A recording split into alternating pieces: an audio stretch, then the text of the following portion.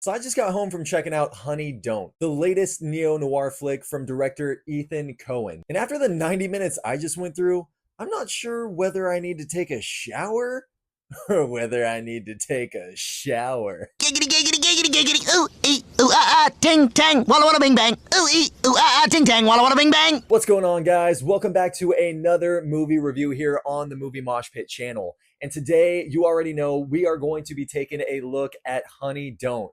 And boy, were we looking. Sheesh. But aside from the fact that we were blessed with multiple minutes of the magnificent Margaret Qualley engaging in the most intoxicating biblical fellowship with the always gorgeous Aubrey Plaza, well, no, actually, I guess there is no side. That was pretty much the best part of the movie. Oh, come on, guys. I'm just kidding. Lighten up, would ya? Cut it out. Quit it. Come on, knock it off. So along with our leading ladies, we also get some wildly fun performances from Charlie Day as a hopelessly smitten detective, and especially Chris Evans as a sexually charged and charismatic cult leader. And while this movie starts off pretty promising as one thing, a small town private investigator named Honey looking into a string of questionable murders that appear to be linked to a questionable local church, it seems to get significantly distracted about halfway through and quickly begins to lose its premise. But damn it if they don't fight to keep you entertained until the very end. And one of those things that I found to be particularly entertaining in this movie were the performances. Now, I'm not somebody who usually watches mystery movies or neo-noir type films. I actually didn't even know what that genre was until I fired up the old Goog machine and gave it a quick search. It turns out the only noteworthy film I've ever even seen in this genre is Sin City, which is actually kind of funny because as I was sitting there in the theater kind of just jotting down some notes about the movie as I was watching it,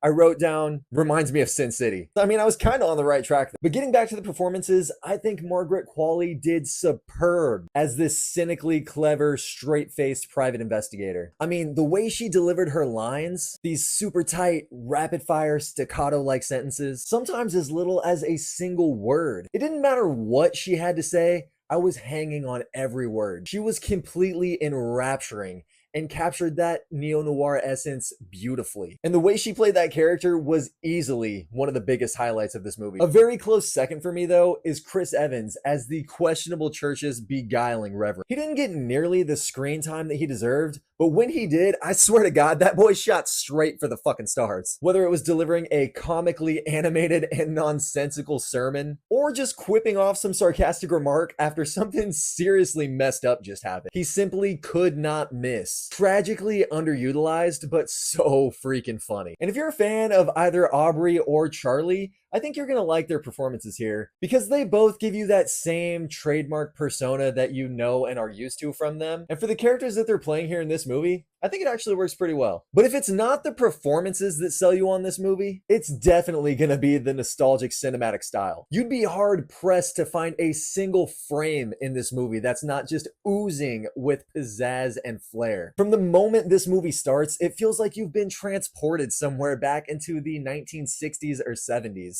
The small town vibe sucks you right in and envelops you. Everything just seems so retro and vintage, from the wardrobe choices to the cars being driven to the color schemes and especially the location. Like Honey's niece, she works in this old-timey diner where you'd expect to see some kids after school rushing in to get like a malt shake or something after a hot day. And the office that Honey works in looks like something you'd picture your grandpa working in. I mean, she even keeps all of her records by note card instead of using a computer. Like, they really wanted to make this feel like a period piece back in the 60s or 70s, and I think that they totally accomplished that feel. So I was actually really shocked to find out that this was supposed to be taking place in the present day. And that aspect might have made a little bit more sense if I would have known what neo-noir was before watching this movie, because these all appear to be traits of that genre. But even without knowing what the hell I was watching, I was still just sitting there in my seat thinking, damn, this feels like a bright and colorful Wild Wild West version of Sin City. I mean, not directly, of course, but like the vibe, you know? But man, as much as I really loved the performances, the cinematics,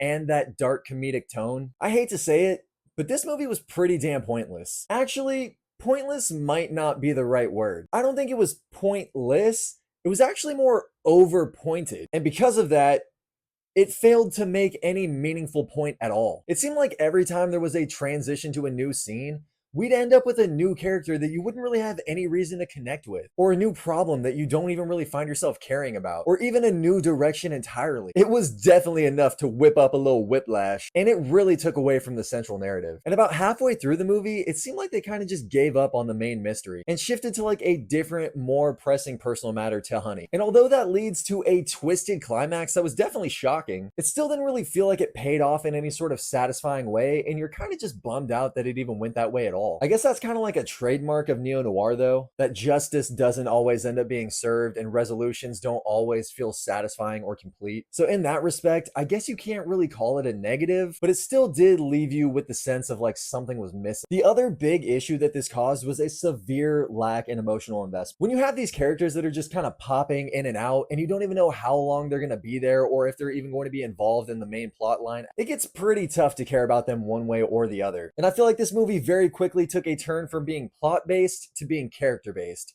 And that character, of course, is Honey. And honestly, I kind of didn't even care that the movie didn't really seem like it was going anywhere anymore, because I was becoming more and more interested in just watching Honey do whatever she was gonna do. But the more I thought about it, the more I wondered if this was something that they did intentionally. So Honey as a character is emotionally distant and very pragmatic, perhaps even a little cold at times. And I'm wondering if by us watching the way that she interacts with the people around her, you know, like her lovers, her clients, her contemporaries, in this seemingly transactional, like let's not kid ourselves kind of fashion, somehow makes us also feel detached from the other characters in this movie, not really caring what happens to them, not really being bothered whether or not they're going to show up later. Maybe I'm just overthinking things. I don't know, man. This movie made so many bizarre choices and took us down so many dead ends. It's really hard to speculate anything accurately with this movie. But anyways, guys, that's going to do it for my review of Honey Don't. Even with all the ambiguity, even with all the unanswered questions, and even though I didn't give a good goddamn about any character other than Honey, I still thought this movie was really fun and entertaining. I absolutely loved what they did with the setting and the whole aesthetic of this film. While I never found myself in moments of knee-slapping laughter, I was chuckling quite a bit at various one-liners and absurd situations. And you know what?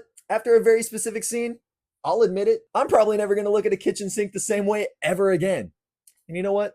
I'm okay with that. But man, what this movie lacked in substance, it more than triply made up for with style points.